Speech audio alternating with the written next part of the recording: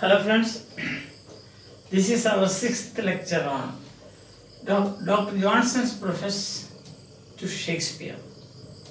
Now we have seen some of the excellencies of Shakespeare, but now we are going to see, of course I am very timid and I am afraid, although I am going to refer to the notes written by Dr. Johnson. What am I going to do? A poor creature like me is going to enumerate the faults of Shakespeare, who is a classic. As Mathew says, according to Mathew, there are only four classics in English literature. And not in English literature as such. For example, first one is Homer, then Danby, Shakespeare and Milton, according to his real estimate. As you know, Mathew Arnold speaks about historic estimate, real estimate, isn't it? And also speaks about personal estimate. Now, in real estimate, based on that, for him there are only 4 classics. Even Chaucer is not a classic, because Chaucer lacks high seriousness, but Shakespeare has everything. So, naturally, you are a bit, worried, I must say, or I am on slippery ground, you can say, or you can say I am timid, or you can say I feel some kind of inferiority complex. Although I am going to list the faults of Shakespeare as enumerated by another giant, literary giant if you want to call, that is of the 18th century, that is Dr. Johnson. And now before this, let me make my apologies. The apology is because, see, there are many references. These references I have taken directly from the notes written by Dr. Johnson. We are familiar with the Preface, but actually it's more classic, you can say, or of greater importance are the notes that he wrote to his Shakespeare's plays. So I haven't cross-checked the references because, again, I am afraid to cross-check because after all these references have been given to us by Dr. Johnson. So his spirit will come and catch hold of me, and therefore I don't want to cross-check this. In case you find while cross-checking some problem, then we will together solve. Okay. So you come back to this. Is a first fault that Dr. Johnson in many ways there are, but first one he tells us is Shakespeare was a hasty writer. Hasty writer means he did not. This is about Shakespeare. This said no. He did not blot. Shakespeare did not care to blot a line. That is blotting takes time. Or there is another tradition that he would write only the first scene or the 2 or 3 scenes and hand over the thing to the players. Then at the foot of the stage he would be sitting and watching and writing the 4th scene, 2nd act, scene 1, scene 2, scene 3, 3rd act, like that. I don't know whether this is true or not, but anyhow, we can almost say that he was a great genius. That's all what we can say. Nobody can measure him. If you try to measure him, you yourself will be measured. That's what's going to happen. Now, here is a hasty writer. Now, why? Because he says he did not care to verify what he has written, what he had written. No verification at all. For example, in A Midsummer Night's Dream, you will find this mingling of Gothic mythology in the love of Theseus and Hippolyta. These characters are familiar to you, Theseus and Hippolyta. So the love of Theseus and Hippolyta that is mixed with, combined with the Gothic mythology of the fairies in A Midsummer Night's Dream. There is he doesn't bother much about it, whether it is Gothic, whether it is the Greek mythology, none of these things. Another point or another instance is that Hector quoting Aristotle in Troilus and Cressida. Hector quoting Aristotle. You see the chronology, the difference in chronology. So that is another mistake. Not mistake, a fault, you can say. Mistake, I don't say, a fault. And another story, another example that Dr. Johnson gives is the Greek story of Timon of Athens, that is mixed with that is, you find Roman names in that. The story is actually the base of what we said, the fabula is Greek, Timon of Athens. And there you will find the Roman names are. See that? There is another where he doesn't bother about verification. Then in mythology you will find Henry the Fourth, part 2, scene 5, lines 98, 99. Henry the Fourth, part 2, scene Henry the Fourth, part 2, scene 5. Yes, scene 5 and 98, 99. These two lines. You will find one line. It's 98, 99. So you will find this where he is mixing up again. Mythology. There is that statement like this. Ortiba dreamed she was delivered of a firebrand. Ortiba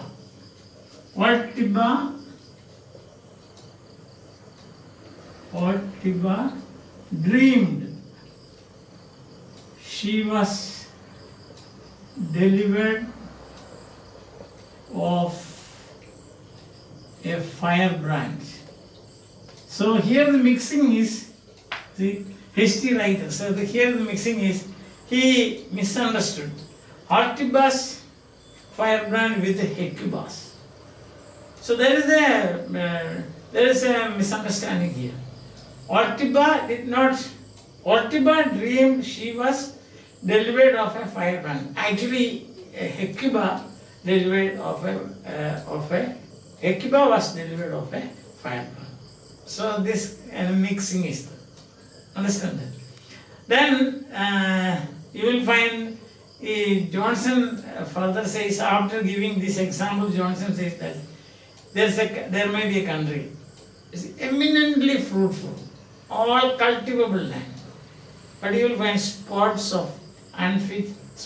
which are unfit for cultivation. Suppose a Canaan, the land of Canaan, where honey and milk flow, supposed to be the richest land in the world, honey and milk flow.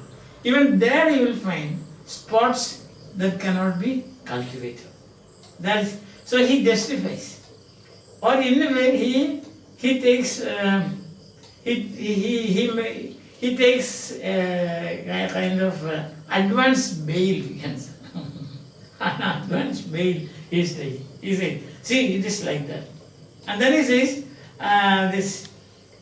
another way he expresses this is earth is spherical, isn't it? On the whole, if you look at earth, it is spherical. But you will find the surface is varied with protuberances and cavities.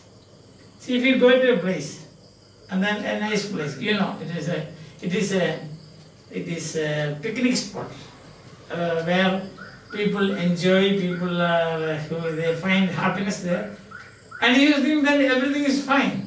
But still you will find here and there cavities and protuberances. Protuberance means something bulging out. So it is exactly like this. When you are criticizing, or when you are trying to find the faults of, or list the faults of a great genius like Shakespeare. So two comparisons he gives. He says, it is cultivable land is there, but there may be spots where you cannot cultivate. Earth as a whole is spherical, but you will find some part protruding or some cavities there. So it is like that, he says. So that is how he justifies the faults of Shakespeare. When you proceed further, you will find there is no justification as we go on further. So what I am just now told you is Shakespeare was a hasty writer. As a result of that, he makes many errors, say referring to mythology, referring to characters and so on. For example, Artiba and Hecuba. So I think that is clear to you. So this is point number 1. And the second fault that he brings before us is that Aristotle has said that certain scenes cannot be presented on the stage. So this is the dramatic, when he says about tragedy is an imitation of an action, etc. The definition is there. So when he explains the definition, he says that there are certain scenes that you should be narrated. That's what he says. And then here he says there are some problems like that. And he points out the coronation scene in King Henry VIII. Coronation scene in King Henry, historical person, Henry VIII. So there is a coronation scene. It's all lavish and paraphernalia. So Dr. Johnson says, if you object battles on the stage, then you should object to this also. That is a fact. If you object battles, then this also should be. Another example that he gives is in King Lear, that extrusion of Gloucester's eyes. Plucking out eyes of Gloucester. Horrible. So you should not present it on the stage, but Shakespeare does. Understand? Then he says, in Titus Andronicus. Titus Andronicus is the Latin pronunciation. Titus Andronicus. Titus Andronicus. And another play just now we have said is King Lear. King Lear. So in King Lear, there is an extrusion of Gloucester's eyes. And here you find again in Titus Andronicus, that is Latin pronunciation. English you can say Titus, isn't it? Titus Andronicus or something like that you can say. So the barbarity of the spectacle and the general massacre that should not have been presented on the stage. The barbarity of the spectacle and the general massacre should not have been presented on the stage. So this is, I have collected these things from the notes to the Shakespeare's plays, notes to the plays of Shakespeare. He has written a preface to Shakespeare.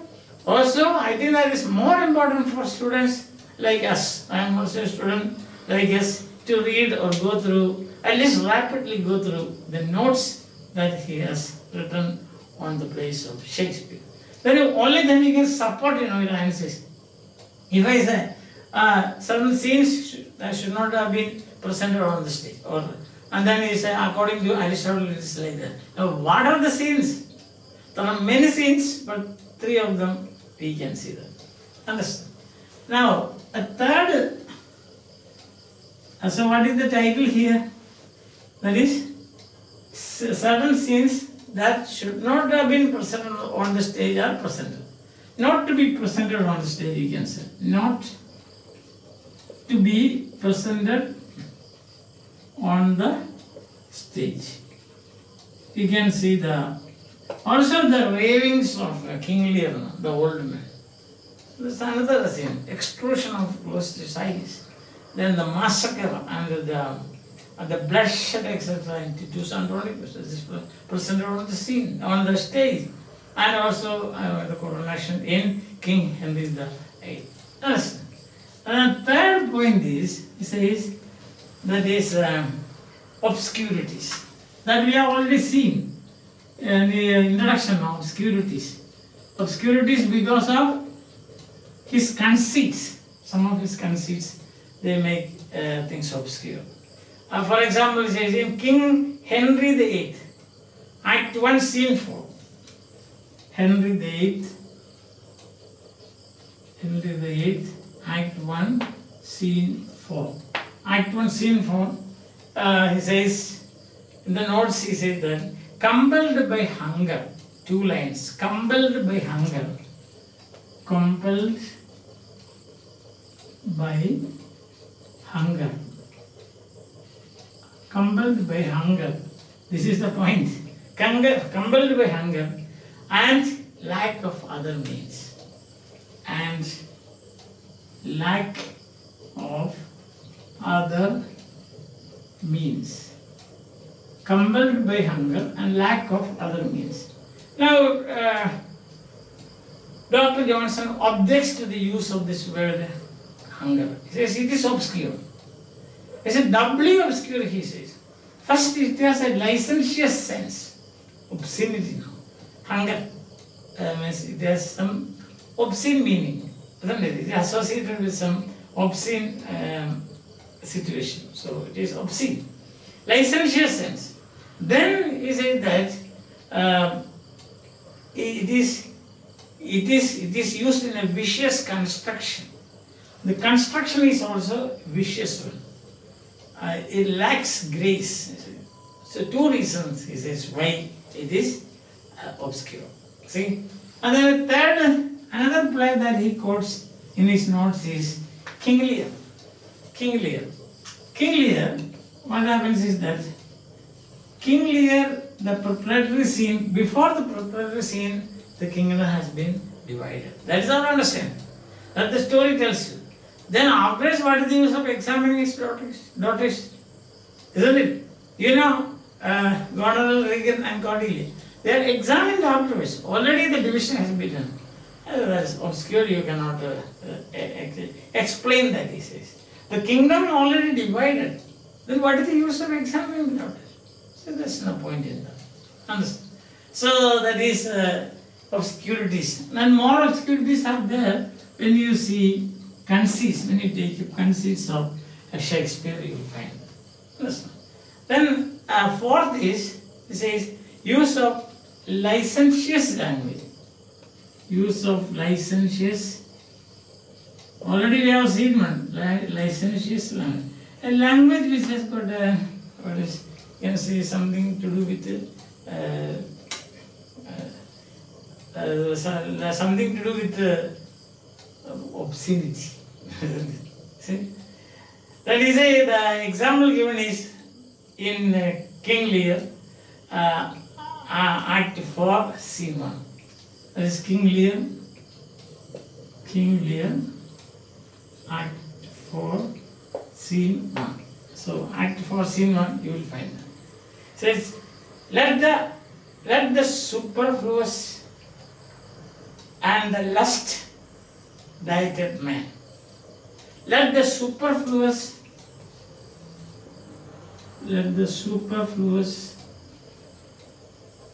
and the lust, this is the problem. Dieted man.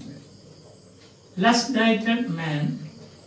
Lust dieted means one who feeds on lust. That slaves your ordinance. That slaves your ordinance. That slaves your ordinance. So that is another example. Here it is, the lust dieted, that is, you take subjection. The language of, and then Dr. Johnson said, the language of Shakespeare is very licentious. Quotation. The language of Shakespeare, the language, this is a quotation from notes. Language of Shakespeare is very licentious. That is giving this one. There are many examples you will find later. Many examples I can give you.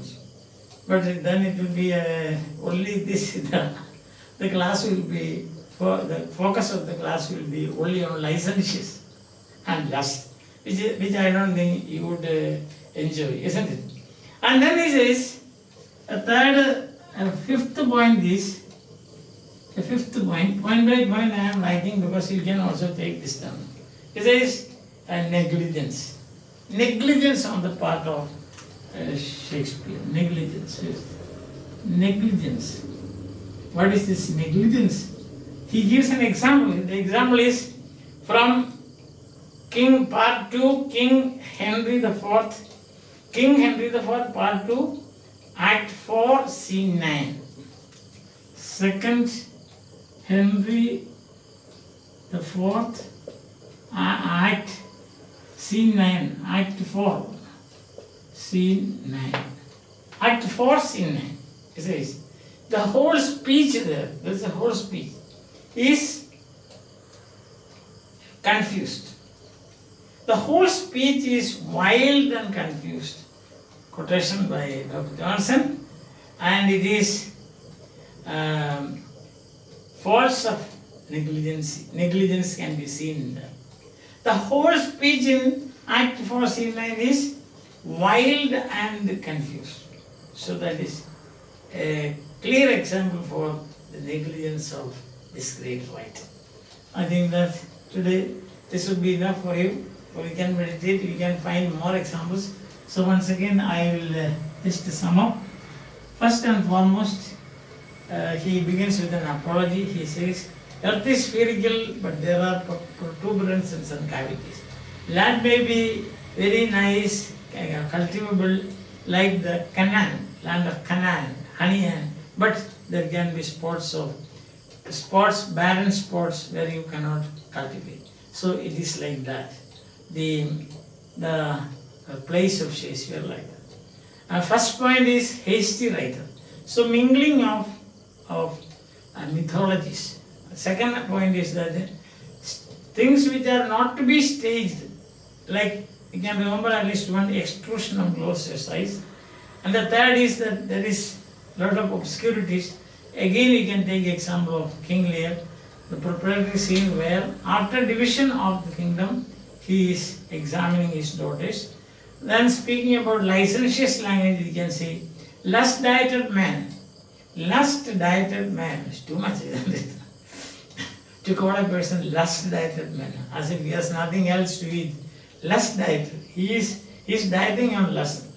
And of course, there is a clear, very clear attack on Shakespeare. He says Shakespeare is very licentious. His language is very licentious. Then he says about negligence. He says King Henry the Sixth part, King Henry the Fourth. Second King Henry the Sixth, not Fourth. Did I say Fourth? Then you have to change it to Sixth. Henry the Sixth. Henry the Sixth, second part. And you have got Act 4, Scene 9. Cross check please, because I totally trust in Dr. Johnson, so I don't want to cross check. That's why I am not doing it. And then he says that it is, the whole speech there is wild and confused. So that is fault of negligence. I think you have been following this. You know the excellencies of Shakespeare, I need not tell you much about that because he is poet of nature that you have seen. His characterization we have seen, natural, no? His characterization we have seen. His plot construction we have seen. How beautifully he mingles comedy and tragedy. So these are, and his imaginative use of language. These are high merits of this. And he is very serious. At high seriousness, as Mathew would say, he is a poet of high seriousness. And therefore he is a classic. Of course, I need not tell you that. Nobody needs to tell that because nobody can do anything with Shakespeare. You can just go on giving, listing faults like this, but of no use. Understand that? He'll say, I don't care, bye-bye. That is the attitude of Shakespeare. Alright? Okay, bye. See you again with another dose of faults of Shakespeare. Stay in the near future. Till then, bye. Have a nice day. Enjoy your life.